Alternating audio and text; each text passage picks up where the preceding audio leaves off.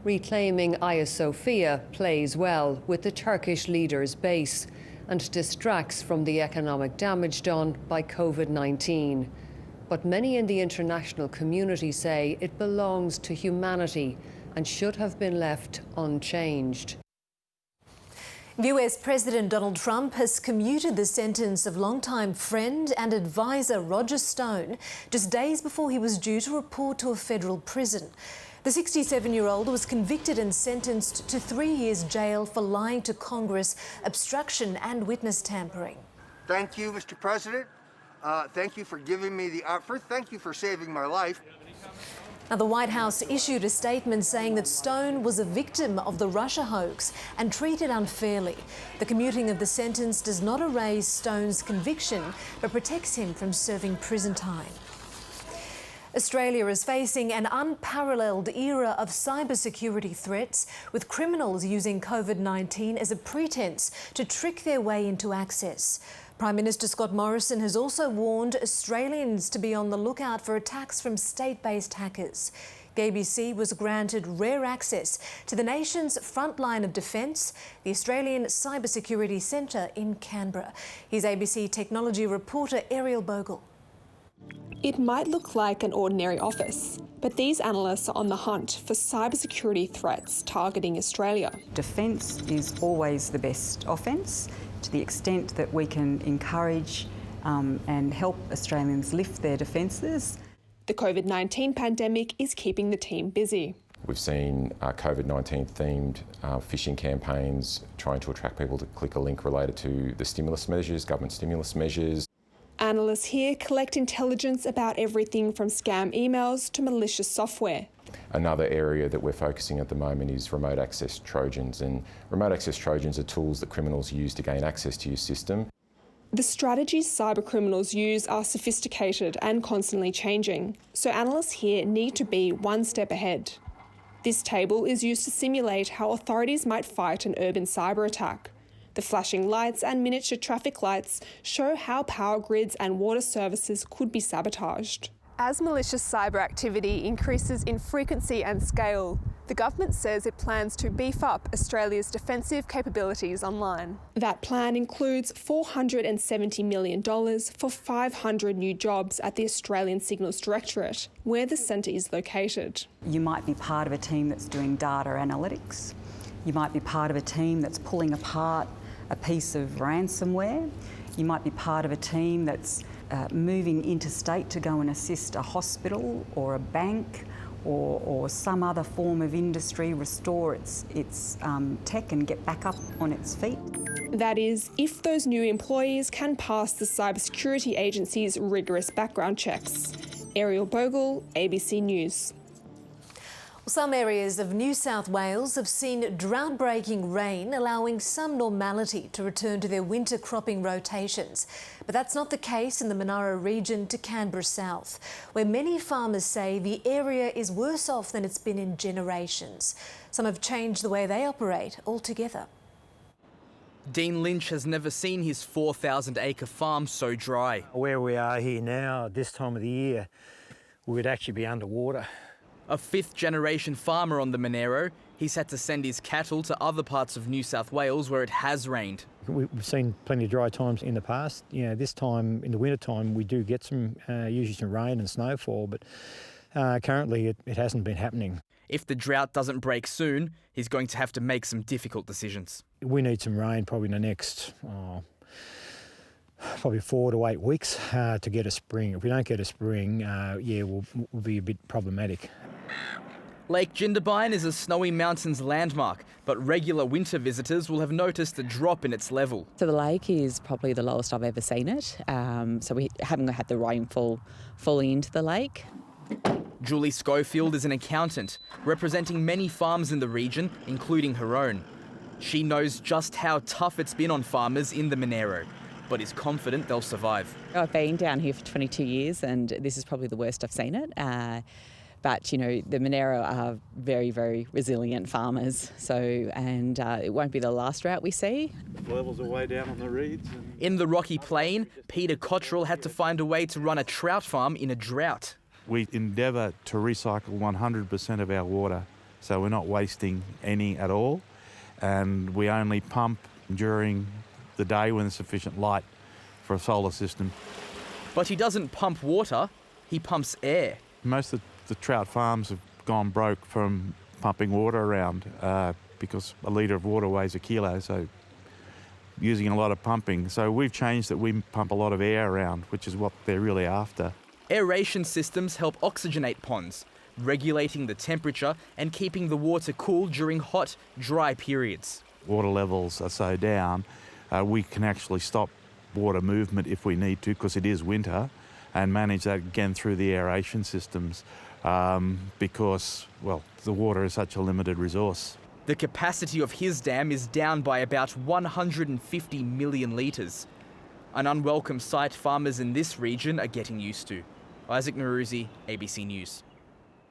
Ipswich residents in Queensland have rubbished a $400 million project to turn waste into energy. The proposed incinerator has been declared a coordinated project and is yet to gain environmental approvals.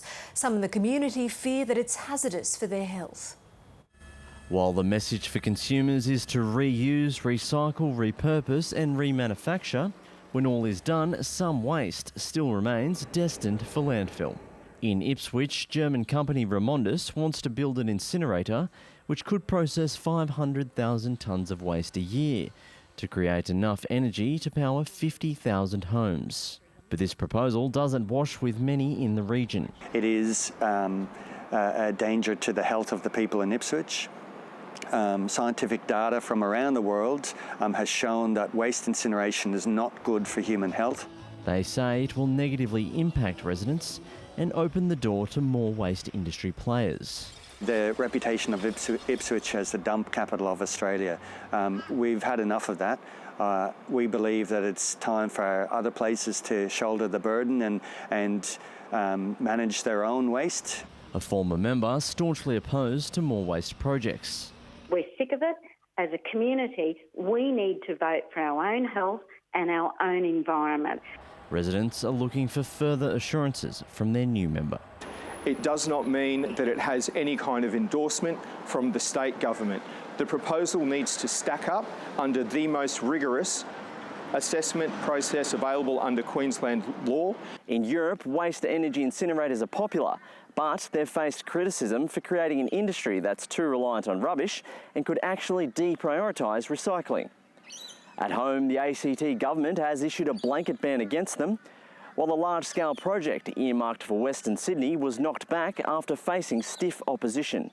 Waste-to-energy does have a role to play, but it has to be regarded as that the end-of-pipe solution where we don't have a higher order purpose. A spokesman from Remondis says the plant would use an advanced emission capture system and would be subject to ongoing monitoring. 2 years ago, they put in the odour abatement task force. It's cost $3 million. $3 million of your or my money, and to date, they haven't stopped any of the odours. The company will now prepare an environmental impact statement. Baz Ruddick, ABC News, Ipswich. Well, there's something of a secret weapon for the State Emergency Service, an elite search and rescue team that's not only finding missing people, but also attracting young blood to the volunteer service.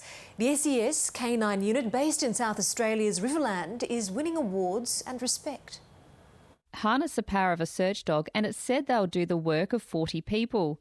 And since forming 6 years ago, the Loxton SES K9 unit quickly became the first to successfully find a missing person in South Australia and has since backed it up with more finds. And one of the most significant was a lady that went missing in Nan, and she was particularly unwell when we finally found her. And that was a huge, huge find and enormous credibility from that sort of work. So that's where they're missing, where they are. Loxton's K9 unit is the state's only one outside Adelaide, and it all began with a German Shepherd called Jagger. He's now retired, but his legacy has inspired new recruits Sophie Weston and Beatrice Wallage, who joined as cadets. When I first met Jagger at the Riverland Field Days in 2018, that took me. I'm like, well, I want to join. I always wondered, how do they train these dogs and do they actually do the job? And meeting Jagger, it was really amazing because he's found people and he saved lives. The cadets have managed to train their dogs to be fully operational in just 9 months. Their hard work was recognised recently when they were jointly named as SES Cadet of the Year for South Australia. It's a huge honour for the girls who say it's been their dream to work with animals and give back to the community. Growing up, I would read books and Google different things about search dogs, so now to be able to train one is amazing. SES search dogs don't use a scent item such as an item of clothing to find a missing person. They're instead trained to find any person within a search area and then return, alert their handler and bring them back to the person. They love it because it's just a big game of hide and seek for them. The Loxton Canine Unit wants to see SES search dogs called upon for every missing person search in South Australia, which is just what dogs like Bailey and Cassia are looking for. Catherine Hoytson-Roeder, ABC News, the Riverland.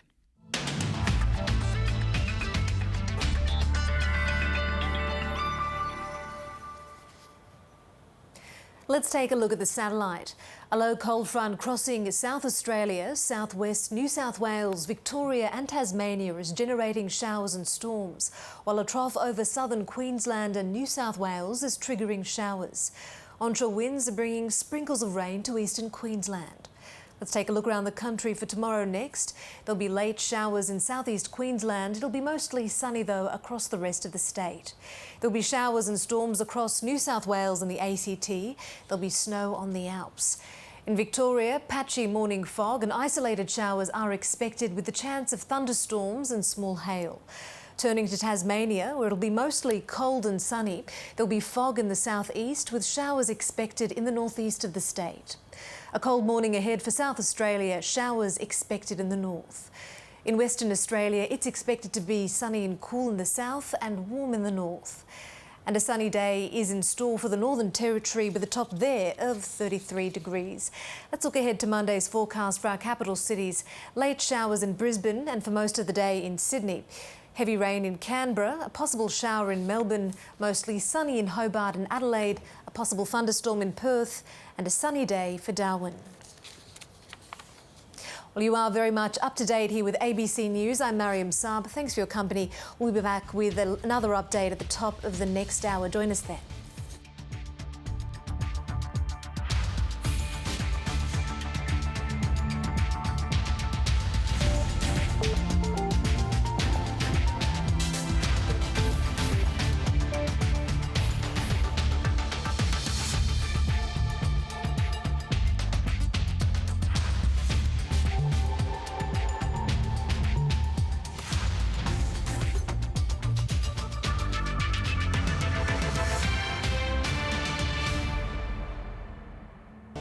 This week on News Breakfast, we chat with the award-winning filmmaker Judd Apatow about his latest movie, The King of Staten Island. We'll also be joined by singer Ben Folds and have lots of laughs with comedians Ursula Carlson and Adam Hills. Come join us. Australia has long had a love affair with liquor.